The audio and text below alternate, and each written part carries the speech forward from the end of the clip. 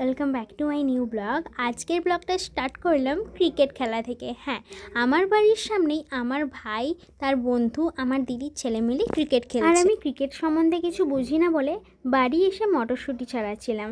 আমার দিদির ছেলে বলেই রেখেছিল, দিদা আমি যখন তোমাদের বাড়িতে যাব তুমি কিন্তু আমায় মটরশুঁটির কচুরি করিয়ে খাইয়ে। মটরশুঁটিগুলো ছাড়িয়ে নিলাম, আর এদিকে আমি ফাটাচ্ছিলাম দুধের স্বর, মা ঘি বানাবে বলে।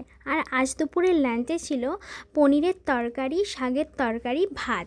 খেয়ে দিয়ে ঘুমিয়ে পড়েছিলাম, আর ঘুম থেকে উঠে দেখি আমার মায়ের বান্ধবী এসছে।